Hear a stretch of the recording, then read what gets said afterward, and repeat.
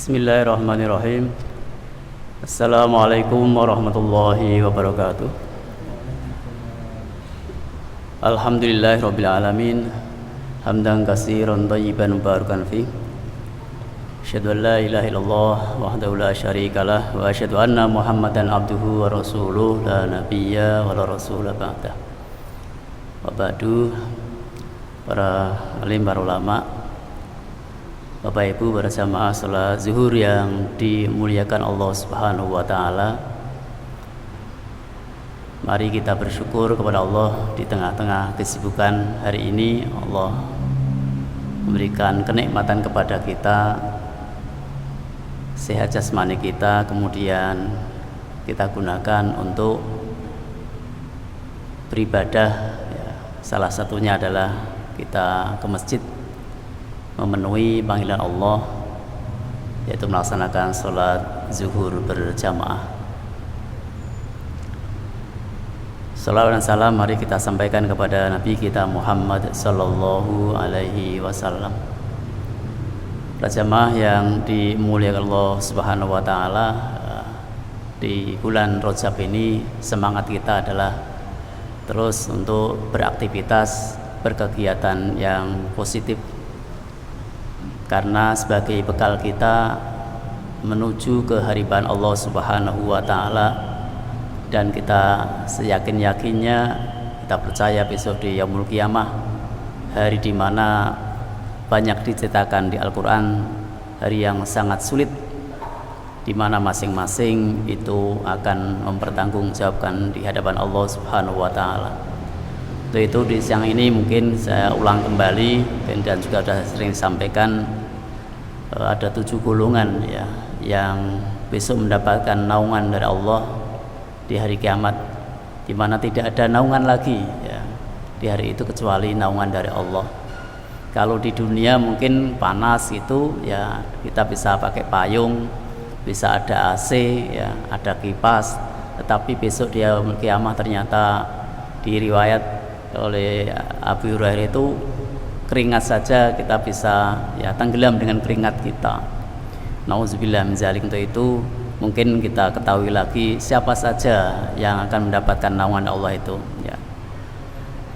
Anin Nabi sallallahu alaihi wasallam qala sab'atun yudhilluhumullahu taala fi dhillihi yauma la dhilla illa dhilluhu. Jadi di depan tadi saya sampaikan tadi terkait dengan naungan, ini adalah naungan dari Allah. Jadi memang tidak ada naungan kecuali naungan dari Allah itu. Yang pertama adalah imamun adlun, imam yang adil.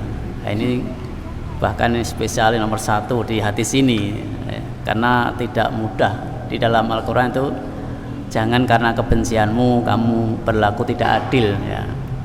Mungkin kita bisa lihat di kita masing-masing sejauh mana kita ini menjadi pemimpin keluarga ya.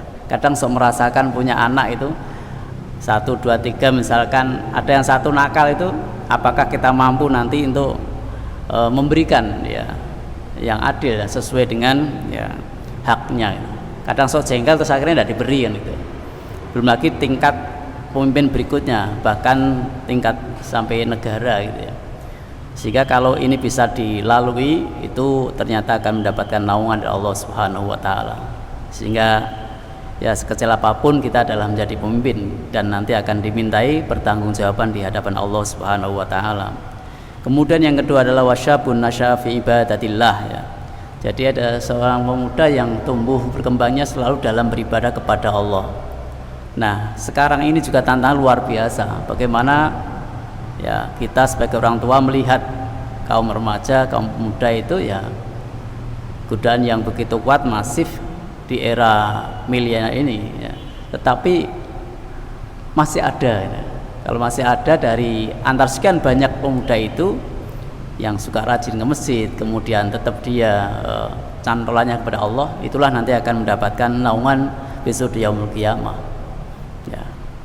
Nah, kalau mau mencontoh muda ya di surat Kahfi itu, bagaimana di tengah hiruk pikuknya orang menyembah berhala, tapi ada pemuda yang mengasingkan sehingga dia diselamatkan Allah Subhanahu wa taala, bahkan di gua sampai ya 310 tahun itu ya. Nah, itu adalah pemuda. Harapan kita sebagai orang tua, ya mari sekali lagi kita itu punya anak, berkewajiban untuk membimbing, mendidik anak-anak kita. Di At-Tahrim itu kan juga disebutkan, ya ayyuhalladzina amanu qu anfusakum wa ahlikum naro. Wahai orang-orang yang beriman, jagalah dirimu dan keluargamu dari siksa api neraka. Nah, kalau kita sudah mencoba mendidik anak-anak kita, harapannya mereka tumbuh besar itu tetap dalam beribadah kepada Allah Subhanahu wa taala. Lebih-lebih sholatnya, ya. Betapa banyak ya anak-anak sekarang ya meninggalkan sholat begitu mudahnya. Kemudian yang ketiga adalah warajulun qalbu alaqun fil masajid, ya.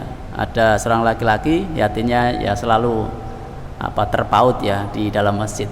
Alhamdulillah saya lihat jamaah di Masjid Raya ini ya rutin, itu berarti hatinya sudah kumantil-mantil di masjid gitu ya. Bahkan di riwayat Tirmizi bahwa malaikat mendoakan ya semoga Allah memberkahi dan mengasihi gitu. Jadi Bapak Ibu ke masjid ternyata bahkan hatinya ada sebelum adzan sudah persiapan untuk ke masjid, itu kan sudah luar biasa. Ini sudah mengamalkan ini, semangat ini, sehingga harapannya ada motivasi besok ketika yaumul qiyamah mendapatkan naungan dari Allah Subhanahu wa taala. Kemudian berikutnya adalah warjulan tahabba fillahi ijtama'a ya alaih wa tafarraqa alaih. Jadi ada seorang yang mungkin berteman gitu ya, bertemannya cintanya karena Allah, dan juga ketika nanti berpisah pun juga karena Allah. Jadi di sini tidak ada tendensi kepentingan apapun kecuali ingin mendapat ridha Allah. Kadang kan ada orang kenal itu tapi ada kepentingan di balik itu kan sering terjadi. Tetapi di sini adalah yang akan mendapatkan naungan itu ya khusus ya. Artinya khususnya adalah tidak ada apapun ya kecuali tadi berkumpulnya karena Allah. Toh nanti berpisahnya pun juga karena Allah. Jadi sudah sama-sama ridho, ikhlas ya terhadap pertemanan atau persahabatan itu. Jadi ya nyaman gitu ya. Jadi nyaman. Tetapi di luar itu kadang tidak nyaman karena ada sesuatu hal, kadang nanti berdagang dan sebagainya ada sesuatu hal sehingga menjadi pecah kembali. Kemudian berikutnya adalah warajulun da'athu imratun dzatu mansibin wa jamalin faqala inni akhafullah gitu. Jadi ada laki-laki ya mungkin ya masih muda, kemudian diajak oleh wanita, diajak untuk berbuat yang tidak baik, bahkan ibunya kedudukan dan cantik begitu, tetapi dia ini akhafullah, sungguh aku ini adalah takut kepada Allah Subhanahu wa taala. Bagaimana dikisahkan ya Nabi Yusuf ya, ketika diajak untuk tidak berbuat tidak baik, ternyata Allah lindungi gitu ya. Dan inilah nanti juga akan mendapatkan naungan besok di yaumul qiyamah. Kemudian warajulun tasaddaqa bi sadaqatin fa akhfaha hatta ta'lama shimalhu ma tunfiqu yaminhu. Jadi ada orang yang bersedekah, bahkan digambarkan itu tangan kanan ya, atau sebaliknya itu tidak tahu yang disedekahkan, jadi tidak melihat, ya sudah tidak diceritakan lah itu ya. Jadi tangan kirinya itu tidak tahu apa yang disedekahkan tangan kanannya gitu. Ya, artinya di sini tidak diceritakan ya, takut itu nanti menjadi tumbuh riya, pamer. Meskipun boleh disampaikan ketika hatinya sudah kuat, itu boleh untuk apa, sebagai contoh gitu. Kadang si A nyumbang sekian ditulis ya, tapi bukan aku nyumbang sekian ditulis dulu diumumkan kayak gitu, tapi panitia yang mengumumkan juga boleh. Atau dia pun boleh memberikan dengan catatan hatinya tadi sudah kuat, insya Allah juga akan mendapatkan naungan ini. Ini juga penting menjadi perjalanan kita. Memang kadang harus dipaksa dulu, kemudian lama-lama insya Allah ya akan tersembunyi dan itu menjadi amal kita. Nah harapannya ini bisa jadi gitu, amal yang kita berikan itu mendapatkan naungan ini besok di yaumul qiyamah. Kemudian yang terakhir adalah warajulun dzakarallah kholian ya fafadas ainahu. Ada lelaki ya berzikir kepada Allah di waktu yang mungkin sendirian gitu ya. Mungkin kalau kita ibarat sekarang adalah malam hari, mungkin Bapak Ibu sedang tahajud, kemudian mengingat akan dosa dan kesalahan sehingga meneteslah air mata. Jadi air mata inilah yang nanti akan bisa memadamkan ya api neraka, dan ini mendapatkan naungan besok di yaumul qiyamah.